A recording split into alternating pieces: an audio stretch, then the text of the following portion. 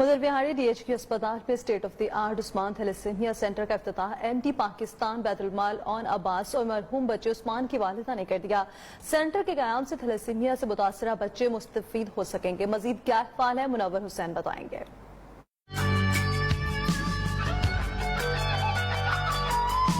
Bihari DHQ अस्पताल में thalassaemia centre का कयाम MD बैतुल-माल ऑन अब्बास और थैलेसीमिया से मरहूम बच्चे उस्मान की वालदा शमीम बीबी ने इफ्तिताह किया।